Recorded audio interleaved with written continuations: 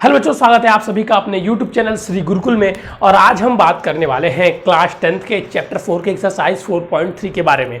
इससे पहले भी हमने एक्सरसाइज 4.3 किया था, लेकिन उसमें केवल एक क्वेश्चन कर पाए थे क्योंकि वो क्लास अच्छे से नहीं चल पाई थी। चलिए, इस क्लास में हम क्वेश्चन नंबर 4.3 के क्वेश्चन नंबर 2 से शुरुआत करने वाले हैं, क्योंकि हमने उस क्लास में क्वेश्चन नंबर 1 कर लिया था। देखिए, क्वेश्चन नंबर 2 बोल रहा है, क्वेश्चन नंबर 2 क्या हमसे बोल रहा है? क्वेश्चन नंबर 2 कर रहा है जो क्वेश्चन नंबर 1 में प्रश्न थे, जो क्वेश्चन नंबर 1 में प्रश्न थे, उन्हीं प्रश्नों को द्विघात सूत्र द्वारा, एक सेकंड में बुक देख लेता हूं, एक सेकंड, उपयुक्त प्रश्न में दिए गए द्विघात समीकरण के मूल द्विघात सूत्र द्वारा। तो इसमें इस एक्सरसाइज में जो क्वेश्चन नंबर 2 है उसमें द्विघात सूत्र द्वारा द्विघात समीकरण का मूल ज्ञात करना है। फिर से एक बार ध्यान से सुनिए, यहाँ पे पूर्ण वर्ग बना के मूल ज्ञात नहीं करना है, यहाँ पे द्विघात सूत्र द्वारा मूल ज्ञात करना है। अब मुझसे किसी ने पूछा, सर द्विघात सूत्र क्या है? पहले तो सूत्र बताइए तब ना हम ज्ञात करेंगे मूल। बस बेटा, यही हमें यहाँ पे सीखना है। क्या सीखना है?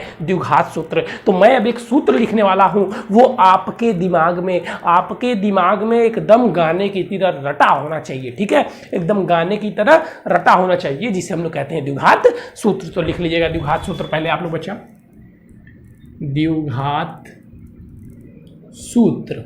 ये एकदम आपके दिमाग में रटा हुआ होना चाहिए गाने की तरह। देखिए, इसमें x इक्वल टू जो हमारा सूत्र है वो आता है, पहले समीकरण एक द्विघात लिख लीजिए, ax² प्लस bx माइनस सी, ये सॉरी प्लस सी, माइनस सी कहाँ से आ गया, प्लस सी, सारी चीजें क्योंकि प्लस में होती है, जो मानक समीकरण होता है, इक्वल टू 0। अगर हमारा एक द्विघात समीकरण इस प्रकार है तो उस द्विघात समीकरण का जो द्विघात सूत्र होता है वो ये होता है बच्चों, minus B plus minus under root B square minus 4ac upon में 2a। ये हमारा द्विघात समीकरण है बच्चों। अभी मैं इससे क्वेश्चन भी आपको सॉल्व करके दिखाऊंगा। ये हमारा द्विघात सूत्र है। इस सूत्र की सहायता से, इसी सूत्र की सहायता से हम क्वेश्चन नंबर 2 के मूल को ज्ञात करेंगे। तो सबसे पहले आप लोग इस सूत्र को लिख लीजिएगा। सबसे पहले आप लोग इस सूत्र को लिख दीजिएगा। मैं रीज करने जा रहा हूं। अब बच्चों क्लास धनाधन चलने वाली है।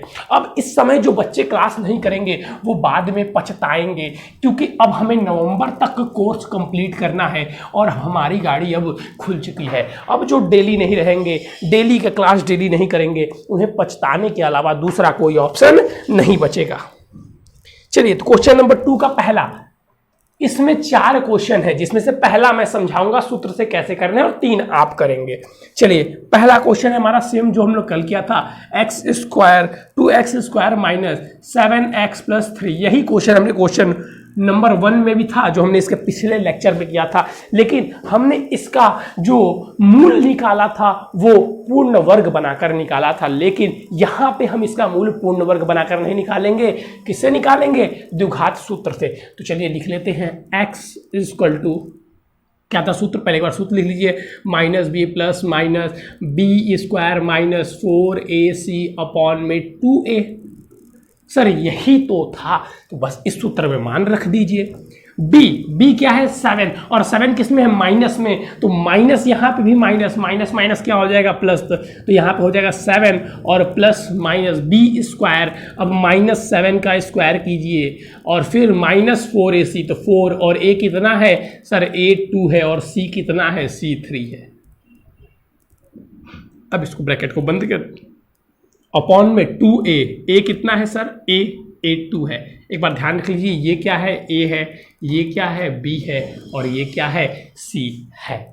अब इसको सॉल्व कीजिए पहले। तो सर जी आ जाएगा x इक्वल टू, ये आपको पूर्ण वर्ग बनाने से इजी लग रहा होगा, और ये पूर्ण वर्ग बनाने से इजी है भी। अब 7 का स्क्वायर कीजिए 49, और माइनस माइनस स्क्वायर किसी भी ऋणात्मक संख्या का वर्ग करते हैं तो वो धनात्मक में परिवर्तन हो जाता है। ये सारी चीजें हम लोग को पता है। तो 49 और फिर इसका कहिए तो 26 माइनस 24 अपॉन में 4।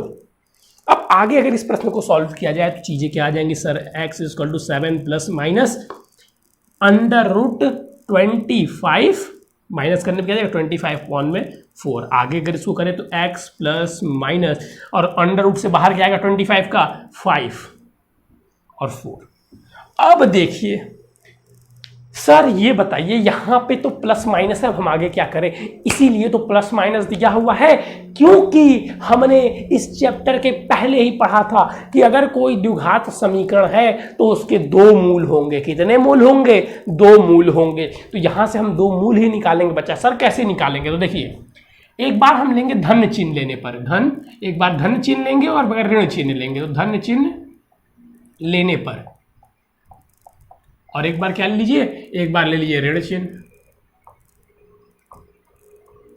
अब जहां हम धन चिन्ह ले रहे हैं वहां x plus 7 plus x equal to लिखेंगे 7 प्लस 5 अपॉन में 4, तो ये क्या हो जाएगा 12 अपॉन में 4, तो ये 3 हो जाएगा, तो x इक्वल टू 3 आएगा।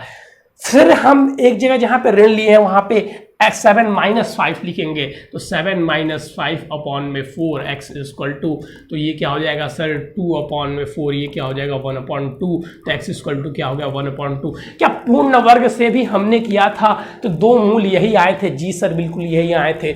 इससे हमें क्या सीखने को मिलता है सर? इससे हमें सीखने को मिलता है कि तरीका कोई भी हो, आंसर विधि अगर हमारी सही रहेगी तो आंसर सही आएगा। तो ये था बच्चा सूत्र से हल करना, बहुत ईजी है, बहुत जल्दी आप लोग इससे कर सकते हैं अगर आपने अच्छे से सूत्र को याद कर लिया तब। ठीक है, तो ये था हमारा सूत्र से करने वाला प्रश्न। अब इसमें 4 प्रश्न थे जो आपके होमवर्क में, देखिए होमवर्क बहुत बच्चे करके भेज रहे हैं, और जो बच्चे होमवर्क करके भेज रहे हैं, जो ध्यान से इसका मतलब वो वीडियो को देख रहे हैं, और जो बच्चे होमवर्क कर रहे हैं, मेहनत कर रहे हैं, वही बच्चे टॉप भी करते हैं, क्योंकि टॉप भी तो बस 3 ही बच्चे करते हैं।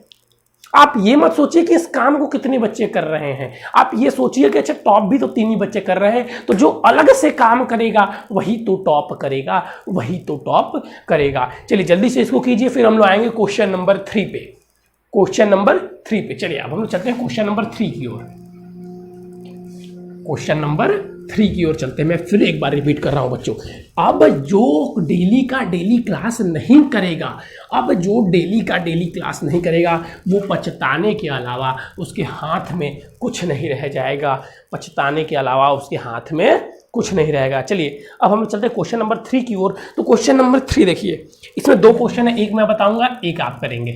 क्वेश्चन नंबर 3 में बोल रहा है निम्न समीकरण का मूल ज्ञात कीजिए। पहला वाला दिया हुआ है क्या, x माइनस में 1 अपॉन एक्स इक्वल टू में 3। अब जैसे ही मैंने इस समीकरण को लिखा, बहुत बच्चे हमसे कहेंगे अरे सर जी आप क्या लिख देते हो, ये तो द्विघात समीकरण है ही नहीं, ये तो द्विघात समीकरण है नहीं। आप ही ने तो हम लोगों को बताया है कि द्विघात समीकरण वो समीकरण है जिसमें किसी चर के ऊपर वर्ग हो, यानी कि किसी चर का वर्ग लगा हुआ हो। हमने जब इस बात को सुनी तो मैंने कहा बताया तो मैंने है, लेकिन आप उसको पूरी तरीके तो समझिए। किसी समीकरण को आप पहले हल तो कीजिए, उसके बाद से देखेंगे किसी चर के ऊपर वर्ग है कि नहीं है। तो सबने बोला भाई बात तो सर जी ठीक कर रहे हैं, तो मैंने बोला इसको हल कीजिए। तो हल करने के लिए एलसीएम लेंगे, तो एलसीएम क्या हो जाएगा x, तो इस x का यहाँ पे होगा तो ये क्या हो जाएगा x square minus 1 equal to 3। अब इसका इधर मल्टीप्लाई कर दीजिए तो x square minus 1 equal to 3x। अरे सर ये तो आ गया, ये तो द्विघात समीकरण आ गया। इसीलिए तो कहते हैं बच्चों डोंट जज a book by its cover.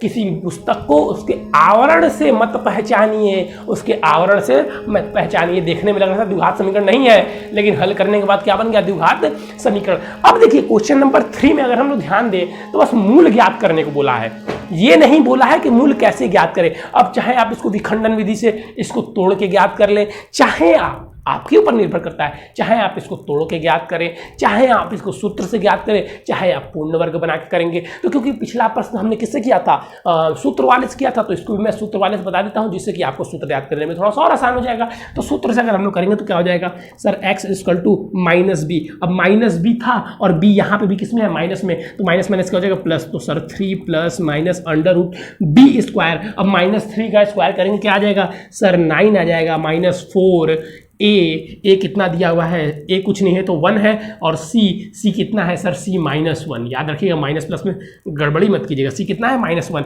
Into में 2a कितना है 1 हो गया। अब x इक्वल टू क्या आ जाएगा सर 3 प्लस माइनस इसको मल्टीप्लाई करेंगे तो क्या हो जाएगा, ये हो जाएगा +4 और 9 + 4 13 अपॉन में 2। अब बस आपको धन चिन्ह ऋण चिन्ह लेना है, धन चिन्ह लेने पर और दूसरी बार में ऋण चिन्ह लेने पर, ऋण चिन्ह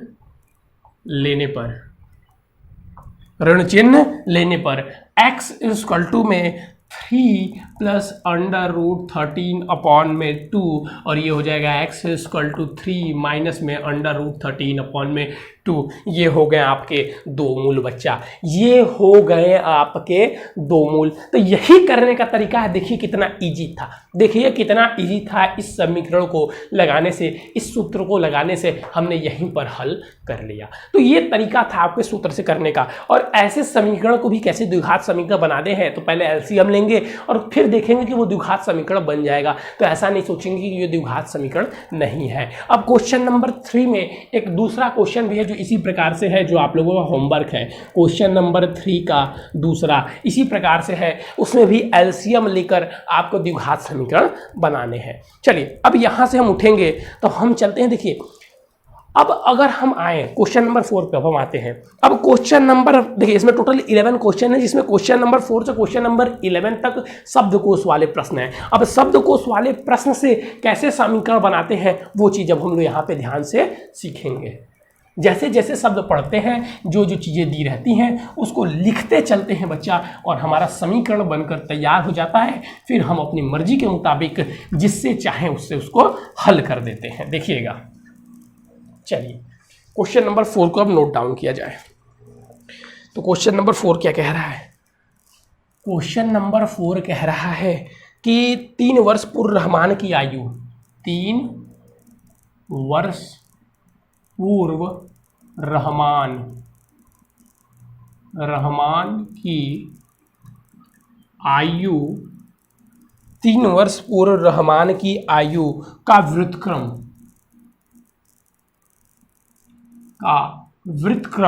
3 वर्ष पूर्व रहमान की आयु का व्युत्क्रम और अब से 5 वर्ष पश्चात, अब से 5 वर्ष पश्चात आयु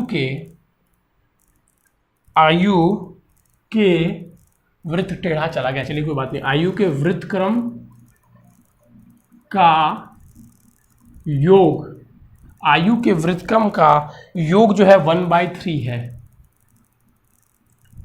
तो उसकी वर्तमान आयु,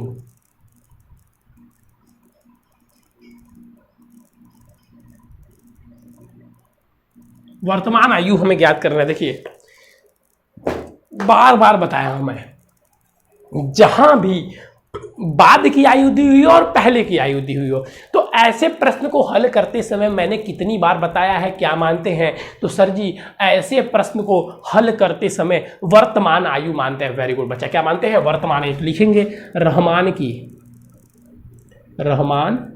की वर्तमान आयु क्या आ जाएगा? x। तब 3 वर्ष पूर्व रहमान की आयु, 3 वर्ष पूर्व रहमान की आयु क्या हो जाएगा? 3 वर्ष पहले की बात कर रहा है सर जी, x-3। और फिर क्या कह रहा है? अब 3 वर्ष पूर्व 3 रहमान की आयु का व्युत्क्रम भी बोला है, का व्युत्क्रम का योग। तो इसका व्युत्क्रम अगर हम निकालेंगे तो क्या हो जाएगा? व्युत्क्रम मतलब पहले समझिए, x-1/3। किसी भी चीज का उल्टा, जैसे x है तो x का व्युत्क्रम क्या हो जाएगा? 1/x। y है तो y का व्युत्क्रम 1/y। मतलब किसी को भी एक के बटे में हम रख दे तो उसे उसका क्या बोलते हैं? व्युत्क्रम। व्युत्क्रम यानी कि उल्टा। ठीक। 5 वर्ष पश्चात रहमान की आयु क्या हो जाएगी? x+5। ठीक। 5 वर्ष पश्चात अब रहमान की आयु का क्या लगेगा? व्युत्क्रम क्या हो जाएगा सर जी? 1/x+5। अब देखिए, अब यहाँ पे बच्चे यूज करते हैं अकॉर्डिंग टू क्वेश्चन। नहीं भाई, आप लिख सकते हैं प्रश्नानुसार। एक ही लैंग्वेज का यूज कीजिए ना, अनुसार, प्रश्नानुसार। प्रश्न क्या बोल रहा है कि दोनों की आयु का व्युत्क्रम का योग क्या है? 1/3 है। तो हम लिख देते हैं कि 1x-3 प्लस 1/x+5 कितना दिया हुआ है? सर 1/3 दिया हुआ है। दोनों का एलसीएम ले लीजिए, x-3 x plus 5 equal to क्या आ जाएगा 1/3। अब अगर यहाँ पे एलसीएम लिया जाएगा तो हम देखेंगे, इसको लेते हैं, ये इसको भाग देगा, बचेगा क्या x प्लस 5, तो लिख दीजिए x प्लस 5। फिर हम ये लेंगे, इससे भाग देंगे, क्या बचेगा x प्लस 3, तो लिखेंगे x माइनस 3। अब अगर चीजें को सॉल्व किया जाए तो इसको इधर मल्टीप्लाई कर दीजिए, इसको इधर, देखते हैं हम लोग सॉल्व करके, तो इसको पहले सॉल्व कर लेते हैं। तो क्या आ जाएगा, इधर सॉल्व करेंगे तो सर जी हो जाएगा 2x प्लस 2, दिखाई दे रहा है 2x प्लस x जुड़ के क्या आ जाएगा 2, और 5 में से 3 जाएगा 2। अब नीचे अगर सॉल्व किया जाए तो x का मल्टीप्लाई होगा तो x स्क्वायर प्लस 5x, फिर यहाँ पे 3 का मल्टीप्लाई होगा तो minus 3x minus 15 equal to 1/3। अब देखिए यहाँ पे इसको माइनस करेंगे क्या आ जाएगा 2x, और इसको उधर मल्टीप्लाई कर दीजिए तो हो जाएगा 6x प्लस 6, 3 का इधर मल्टीप्लाई किए और ये चला जाएगा इधर, तो x स्क्वायर प्लस 5 में से 3 जाएगा प्लस 2x माइनस 15। अब सभी चीज़ों को एक तरफ लाते हैं तो 6x और 6 को उधर लेके आ जाते हैं, तो क्या हो जाएगा x स्क्वायर और 6x जाएगा तो माइनस 6x हो जाएगा, प्लस 2x है तो क्या हो जाएगा माइनस 4x, और फिर 6 उधर जाएगा तो माइनस में, और माइनस 15 है क्या हो जाएगा 21 इक्वल टू 0।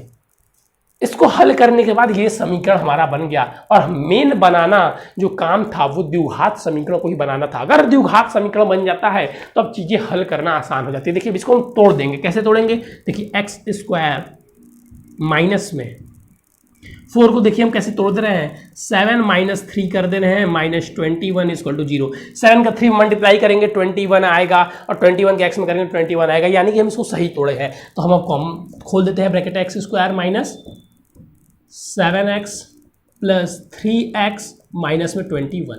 अब हम यहाँ से क्या करेंगे, अगर आपको ये वाली विधि तो आप पहले ही हमने पढ़ी थी, अब यहाँ से हम कॉमन लेते हैं, तो चलिए हम कॉमन लेते हैं, यहाँ से x कॉमन ले लेंगे तो सर जी x माइनस 7, यहाँ से प्लस 3 कॉमन ले लेंगे तो sir ji x minus 7 equal to में 0। अब यहाँ से भी कॉमन ले लीजिए तो x माइनस 7 एक ब्रैकेट में हो जाएगा, और एक ब्रैकेट में x प्लस 3 इक्वल टू में 0। इतनी चीज़ें तो आपको आती ही चाहिए, यहाँ पे थोड़ी सी स्पीड भी आपको दिखी होगी, क्योंकि ये सारी चीज़ें आप निकालना, हल करना सीख चुके हैं। अब बस यहाँ से वैल्यू निकाल दीजिए, तो x माइनस 7 इक्वल टू, अगर हम 0 ले ले तो x इक्वल टू 7, और अगर हम x प्लस 3 इक्वल टू 0 ले लेते x इक्वल टू माइनस 3। अब क्योंकि आयु है और आयु ऋणात्मक नहीं होती, अतः रहमान की वर्तमान आयु क्या आ जाएगी सर 7 हो गया। यही तो हल करना था। देखिए आपको भले ही ये देखने में बड़ा लग रहा होगा, ध्यान समझिएगा, लेकिन करना इसमें बस प्लस माइनस ही था और कुछ नहीं करना था। जैसे ही समीकरण यहाँ पे आके बना, 2 लाइन में प्रश्न हल हो गया। और समीकरण बनाने के लिए क्या करना था, बस प्लस माइनस गुणा भाग। तो अगर आप इन चीज़ों को सतर्कता के साथ करते हैं तो ऐसे प्रश्न आपके लिए बच्चे जैसे समान हुए। बस आप ऐसे मजाक करेंगे, प्रश्न हल हो जाएगा। और ये प्रश्न आते भी हैं 4 नंबर में, 5 नंबर में। क्यों? क्योंकि ये प्लस माइनस में ही बच्चे गलती कर देते हैं। ठीक है, तो ये देखिए ये प्रश्न आपको था, फिर से एक बार देख लीजिए। इसका आयु पश्चात का पूर्व बात की गई तो एक्स में से घटा दिया गया, बाद की बात की जाएगी तो जोड़ दिया जाएगा। वृत्त का मतलब उल्टा होता है तो उल्टा कर दिया गया। अब उस प्रश्न में बोला था कि दोनों की आयु का वृत्तक्रम जो है 1/3 के बराबर है, तो यहाँ पे दोनों की आयु का वृत्तक्रम जोड़ दिया गया, तो 1/3 के बराबर है। फिर इसको हल किया गया एलसीएम लेके, तो ऐसा ये समीकरण हमारा बना। फिर समीकरण को हमने इसमें तोड़ दिया और फिर यहाँ पे कॉमन लेके x इक्वल टू 0 रखा, तो x की 2 वैल्यू आई, जिसमें से x इक्वल टू -3, क्योंकि आयु ऋणात्मक नहीं हो सकती इसलिए हमने क्या लिया x इक्वल टू 7। अतः रहमान की वर्तमान आयु क्या हो जाएगी सर, 7 हो जाएगी। चलिए ठीक है, बहुत बढ़िया। अब देखिए, अब हम लोग चलेंगे नेक्स्ट क्वेश्चन की ओर। अब सभी प्रश्न जो है ना वो शब्दकोश वाले ही प्रश्न हैं। जितने भी अब प्रश्न हैं सभी प्रश्न शब्दकोश वाले ही हैं। अब देखिए हम लोग क्वेश्चन नंबर 7 करेंगे। अब हम लोग क्वेश्चन नंबर 7 करेंगे। अब मैं कुछ बच्चे कहते हैं सर ये सारे प्रश्न बता दो। भाई क्यों सारे प्रश्न बता दो? मैं हर एक प्रकार के प्रश्न बताते रहता हूं जिससे कि आप खुद भी सॉल्व करें और आपको तरीका समझ में आए। और जो प्रश्न मैं यहाँ पे बताता हूं आप इन प्रश्नों को भी खुद से सॉल्व किया कीजिए। आप इन प्रश्नों को भी खुद से सॉल्व किया कीजिए। उससे क्या होगा कि ये प्रश्न आपको हमेशा के लिए याद हो जाएंगे। आप यहाँ पे तो समझ रहे हैं, फिर खुद हल कर रहे हैं, तो ये प्रश्न हमेशा के लिए आपके दिमाग में सेट हो जाएंगे। चलिए देखिए, 3 वर्ष पूर्व रहमान की आयु का वृत्तक्रम नहीं है, तो ये प्रश्न हमने किया 7th वाला, 2 संख्याओं का वर्ग है। 7th वाला क्वेश्चन अच्छा है, देखिएगा 2 संख्याओं के दो संख्याओं के वर्गों का अंतर 180 है। इतनी बार क्वेश्चन मुझे ना क्वेश्चन आपको याद हो जाए। वर्गों का अंतर 100, छोटी संख्या का वर्ग बड़ी संख्या का 8 गुना है। कह रहा है कि छोटी संख्या का वर्ग बड़ी संख्या के 8 गुना है। तो संख्याओं को ज्ञात कीजिए ना। हाँ, दोनों संख्याओं को ज्ञात कीजिए। दोनों संख्याओं को ज्ञात कीजिए। दोनों संख्याओं को ज्ञात कीजिए। दोनों संख्याओं को ज्ञात करना है भाई। चलिए दोनों संख्याओं को ज्ञात करके देख लेते हैं कैसे ज्ञात होती है संख्याएं। सबसे पहले तो मैं यहाँ पे कहूँगा दो संख्याएं की बात की गई है और उनमें एक रिलेशन दिया गया है कि छोटी संख्या का वर्ग बड़ी संख्या के 8 गुना है। तो यहाँ पर पहले हम दो संख्या मानेंगे। सबसे पहले ले लेते हैं माना छोटी संख्या,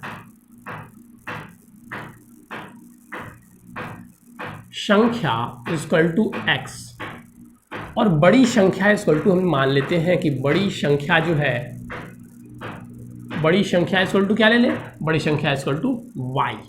अब दिया हुआ है कि दोनों संख्याओं के वर्गों का अंतर 180 है, तो y square minus x square equal to क्या दिया हुआ है, 180 दिया हुआ है। फिर कह रहा है छोटी संख्या का वर्ग बड़ी संख्या के 8 गुना है। तो छोटी संख्या क्या है, x, यानी कि जो x स्क्वायर है ये 8y के बराबर है। ये हमको एक दिया हुआ है, समीकरण 1 इसे मान लेते हैं। तो यहाँ से एक्स स्क्वायर के जगह 8y रख सकते हैं, बिल्कुल रख सकते हैं क्योंकि वो उसके बराबर है। तो लिख लीजिए y square equal to minus 8y equal to 180। 180 को इधर लेते हैं तो माइनस 180 हो जाएगा, इक्वल टू 0 हो गया, बन गया द्विघात समीकरण। ये तो और इजी प्रश्न था, लेकिन बच्चे क्योंकि दो संख्याएं यहाँ पे माननी थी तो वो कंफ्यूज हो जाते हैं, जबकि दो संख्या मान के एक संख्या हटाने के लिए यहाँ पे दिया हुआ है। अब ध्यान दीजिएगा, अब क्योंकि ये 180 है तो इसको तो आसानी से हम लोग तोड़ सकते हैं। इसको हम तोड़ देते हैं, y square minus 18 minus 10y minus 180, देखिए इक्वल टू 0। अब 18 में 10 का मल्टीप्लाई करेंगे क्या आ जाएगा सर जी 180, और 18 में से 10 घटाएंगे क्या आ जाएगा 8 आ जाएगा। तो चीज़ें सही हैं। अब लिख दीजिए y square minus 18y plus 10y minus 180 equal to में 0। अब अगर यहाँ पे हम ले लेते हैं कॉमन तो y इक्वल टू क्या हो जाएगा सर y माइनस 18 और प्लस अगर 10 कॉमन ले लेंगे तो sir ji y minus 18 equal to में 0। अब यहाँ पे कॉमन ले लीजिए y माइनस 18 को, तो दूसरे ब्रैकेट में क्या बच जाएगा y प्लस 10 इक्वल टू 0। अब अगर हम यहाँ से देखेंगे तो यहाँ से हम एक चीज़ निकाल सकते हैं और वो है क्या, तो सर हम निकाल सकते हैं y माइनस 18 इक्वल टू 0, तो y इक्वल टू में 18 और y प्लस 10 इक्वल टू में 0, तो y इक्वल टू में माइनस 10। अब क्योंकि यहाँ पे संख्याओं की बात की गई है और संख्या ऋणात्मक होती नहीं है तो हम संख्या ऋणात्मक लेंगे नहीं, तो हमने क्या माना बड़ी संख्या, और माना क्या यहाँ पर बड़ी संख्या क्या आ गई 18, और फिर हमारे पास जब बड़ी संख्या 18 आ गई हमें छोटी संख्या भी निकालना है, तो हम यहाँ से छोटी संख्या निकाल देते हैं समीकरण 1 से। क्या लिख सकते हैं x square equal to 8 into 18। अब 8 इंटू 18 करेंगे तो क्या आएगा 144, तो एक्स स्क्वायर इक्वल टू क्या हो जाएगा, एक्स इक्वल टू क्या हो जाएगा अंडर रूट 144, और अंडर रूट 144 यानी कि एक्स इक्वल टू 12, तो x की वैल्यू क्या हो जाएगी 12 हो जाएगी। हमें दोनों संख्या निकालनी थी तो हमने दोनों संख्याएं निकाल ली, एक संख्या आई 18 और एक संख्या आई 12। क्या ये प्रश्न बहुत ही हार्ड था? क्या मैं पूछ रहा हूं कि ये प्रश्न बहुत ही हार्ड था, करने में मुश्किल आई, परेशानी आई? नहीं, दो संख्या मानना था, फिर बस यहां से रखो द्विघात समीकरण बन गया, बस द्विघात समीकरण को तो हल करना था। तो इसमें जितने भी क्वेश्चन आपको मिलेंगे सबसे मिलाकर द्विघात समीकरण ही बनेगा और द्विघात समीकरण को ही हल करना रहेगा। बस करना आपको द्विघात समीकरण ही हल है, लेकिन अब आपको द्विघात समीकरण भी खुद से ही बनाना है। समझ रहे हैं? अब आपको द्विघात समीकरण, पहले द्विघात समीकरण बनाया देता था, अब कर रहा है द्विघात समीकरण भी खुद ही से बनाओ। क्या करो? खुद ही से बनाओ। चलिए अब हम एक प्रश्न और करेंगे, उसके बाद से हम इसमें के प्रश्न नहीं करेंगे। तो आइए हम एक प्रश्न और कर लेते हैं। क्वेश्चन नंबर कौन सा कर लीजिए भाई, चलिए क्वेश्चन नंबर 11 कर लिया जाए। अब हम लोग क्वेश्चन नंबर 11 कर लिया जाए। अब हम लोग क्वेश्चन नंबर, लास्ट क्वेश्चन है 11, 7 के बाद से मतलब 8, 9 है, तो वो सब आप लोग करेंगे। अब हम करेंगे क्वेश्चन नंबर 11 और उसी के साथ आपका ये एक्सरसाइज क्या हो जाएगा, समाप्त हो जाएगा। तो अब भाई रोज एक एक एक्सरसाइज समाप्त होंगी। अब पढ़िए मन लगाकर, नहीं तो रह जाएंगे पीछे पीछे। देखिए, 2 वर्गों के क्षेत्रफल का योग, 2 वर्गों के क्षेत्रफल का योग कह रहा है कि 2 वर्गों के क्षेत्रफल का योग 468 मीटर स्क्वायर है। ये क्वेश्चन अगर हम लोग देखें तो अभी तक किस प्रकार है, अभी तक 7th वाले क्वेश्चन की भांति, यदि उनके परिमापों का अंतर, यदि थोड़ा सा अंतर कर दिया, यदि उनके परिमापों अंतर, अब वही बच्चे इस प्रश्न को कर पाएंगे जिन्हें परिमाप और क्षेत्रफल का फॉर्मूला पता होगा। वर्ग के मीटर हो तो यदि उनके परिमापों का अंतर इतना हो तो दोनों वर्गों की भुजाएं ज्ञात कीजिए। हो तो दोनों वर्गों की भुजाएं ज्ञात कीजिए। दोनों वर्गों की क्या ज्ञात कीजिए, दोनों वर्गों की भुजाएं ज्ञात कीजिए। देखिएगा ये प्रश्न थोड़ा सा बड़ा जाएगा, बहुत हार्ड नहीं है, मैंने बोला थोड़ा सा बड़ा जाएगा। कैसे थोड़ा सा बड़ा जाएगा वो चीज़ देखिए। पहले दिया हुआ, माना कि दोनों वर्गों की भुजा हम मान लेंगे, माना पहले वर्ग की भुजा, एक वर्ग की भुजा x हो गई, ठीक है। माना पहले लिख लीजिए, एक नहीं पहले, माना दूसरे वर्ग की भुजा y हो जाएगी। तो वर्ग का क्षेत्रफल क्या होता है, भुजा का स्क्वायर। तो प्रश्न अनुसार यहाँ पे क्या हो जाएगा, x का स्क्वायर प्लस y का स्क्वायर। दोनों वर्गों के क्षेत्रफल का योग दिया हुआ है कितना, 468। यहाँ तक किसी को कोई कंफ्यूजन नहीं होना चाहिए। अब दिया हुआ है कि उनके परिमापों का अंतर है। अब वर्ग का परिमाप क्या होता है, सर जी वर्ग का परिमाप होता है, लिखते जाइएगा, फॉर्मूला नहीं पता होगा तो 4 गुणे भुजा। तो अगर वर्गों का परिमाप दिया हुआ है, वर्गों के परिमाप का अंतर दिया हुआ है तो क्या हो जाएगा, 4x माइनस में 4y इक्वल टू कितना दिया हुआ है, 24। ये चीजें दिया हुआ था। तो हमें पता है कि एक समीकरण से हम 2 चीजों के मान नहीं निकाल सकते, तो हम किसी एक का मान यहां से परिवर्तित करेंगे, इसीलिए ये दिया हुआ है। तो इससे कैसे करें सर, तो पहले इसको 4 से भाग दे दीजिए। समीकरण 1 को 4 से भाग देने पर क्या चीजें मिल जाएंगी, सर जी x माइनस में y इक्वल टू में 6। अब बस y को उधर भेज दीजिए, तो x equal to 6 plus y हो गया। अब यहां से x की वैल्यू, यहां पर इसको समीकरण 2 बना दीजिए। अब समीकरण 2 से y का मान रखने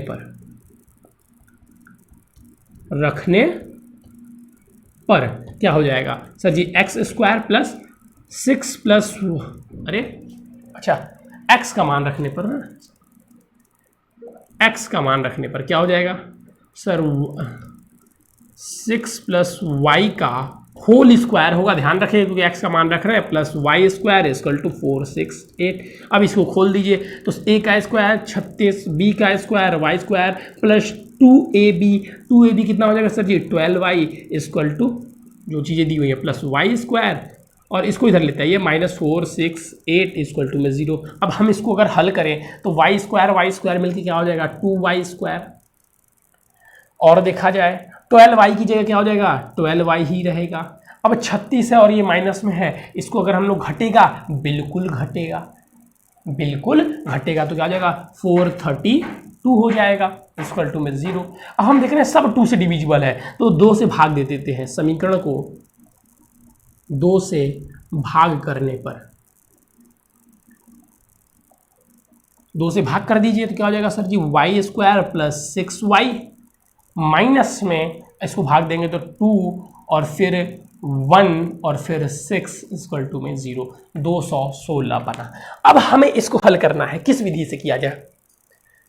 अब इसका मल्टीप्लाई करके तोड़ना मुश्किल है, कुछ घटाने पे 216 में से क्या घटाएंगे। देखिए यहाँ पे कैसे हम सोचते हैं कि हम क्या घटाएं, कि 216 में से क्या घटाएं कि 6 आ जाए। 216 का कोई ऐसा गुणनखंड अगर आपको याद आ रहा हो कि घटाने पर 16 आ जाए तब तो ठीक है, नहीं आ रहा है तो हम इसमें वो वाला फॉर्मूला यूज कर लेते हैं। कौन सा फॉर्मूला यूज कर लेंगे, जो हमने अभी द्विघात समीकरण का फॉर्मूला पढ़ा है। लेकिन अगर हम बात करें तो हमें पता है कि अगर हम 36, तो यहाँ पे 6 लाना है 12, 216, अगर इसको तोड़ने की हम कोशिश करें तब क्या कुछ टूट रहा है। देखिए तो एक बार आप लोग, मैं भी देख रहा हूँ 216 है, 216 को अगर हम तोड़ना चाहें तो 18 गुणे 216, देखो सूत्र वाला थोड़ा सा बड़ा अंक है ना, फिर गुणा भाग ज़्यादा करना पड़ेगा। 18 गुणे 12 है, 1 सेकंड, 18 गुणे 12 करके देख लिया जाए तो हो जाएगा 6 और 2 और 8 और 1, 6 2 0 2, 206। गलत किया क्या आपने, कहीं 8 गुणे 16 का 6, 2 कम 2, यहाँ पे अच्छा 3 होगा। चलिए हाँ, वही हमने बोला, लास्ट में 16 आ रहा था। चलिए ठीक है, तो ये 216 आ रहा है, तो इसको हम लिख सकते हैं ऐसे भी, वाई स्क्वायर प्लस, देखिए ये 18 माइनस 12 क्या करने पे आएगा, 6 से आएगा और मल्टीप्लाई करने पे 216 आ रहा है, माइनस 216 इक्वल टू 0। मुझे ये वाली विधि ज़्यादा ईजी लगती है, इसीलिए मैं अधिकतर इसी विधि से करता हूँ। क्योंकि देखिए इसमें बड़ा अंक था, आपको मल्टीप्लाई करना पड़ता, वहाँ पे 4 से मल्टीप्लाई करना पड़ता, फिर उसका अंडर रूट निकालना पड़ता, इससे ईजी ये है।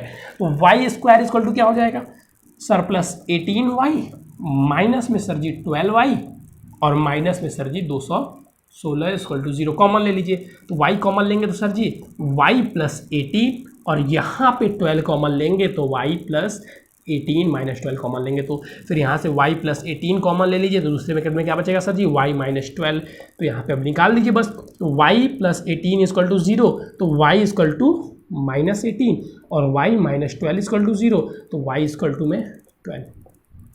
अब भुजा, यहाँ पे हम वर्ग की भुजा के बारे में बात कर रहे हैं, तो किसी वर्ग की जो भुजा है वो क्या ऋणात्मक, भुजा मतलब दूरी, और क्या दूरी ऋणात्मक हो सकती है, नहीं, तो ये तो हो नहीं सकती, y इक्वल टू 12 ही होगा। तो हमें एक क्या पता चल गया कि जो दूसरे वर्ग की भुजा थी वो क्या है, वो 12 है, लेकिन हमें निकालना दोनों वर्ग की भुजाएं हैं, तो किस समीकरण से हम निकाले, हम इससे निकाल लेते हैं। तो यहाँ से हमें पता है x equal to 6 plus y, तो y की जगह क्या रख दें, क्या आ गया 18, हो गया काम। एक वर्ग की भुजा क्या हो गई, एक वर्ग की भुजा सर जी हो गई 18 और दूसरे वर्ग की भुजा क्या हो गई सर जी 12। तो इसी प्रकार से हमने इस चैप्टर में देखिए क्या करना था, बस द्विघात समीकरण बनाना था और हल करना था। तो हमने द्विघात समीकरण बना भी दिए और हल भी कर लिए। अब इसी के साथ हमारा ये चैप्टर खत्म हो गया, सॉरी मतलब ये एक्सरसाइज 4.3 खत्म हो गया। और इसमें जितने भी क्वेश्चन बचे हुए हैं उन सभी को आप करेंगे, देखिए आज जैसे 4.3 पढ़ाया गया तो आप 4.3 को पढ़िए। जो क्वेश्चन यहाँ पे मैंने बताए हैं उनको देखने के बाद से फिर आप भी करिए, यहाँ से आप एक तरीका लीजिए फिर आप उसको भी करिए, इससे वो क्वेश्चन आपके दिमाग में सेट होंगे। और अब डेली का काम अगर आप डेली नहीं करते हैं तो आप बहुत पीछे रह जाएंगे। थैंक यू बच्चों, हैव अ नाइस डे। आज के लिए बस इतना ही। अगर आप हमारे चैनल पर नए हैं तो हमारे चैनल को सब्सक्राइब कर लीजिए और नीचे डिस्क्रिप्शन में दिए गए हमारे व्हाट्सअप नंबर पर हमसे ग्रुप में भी जुड़ जाइए। थैंक यू बच्चों, हैव अ नाइस डे।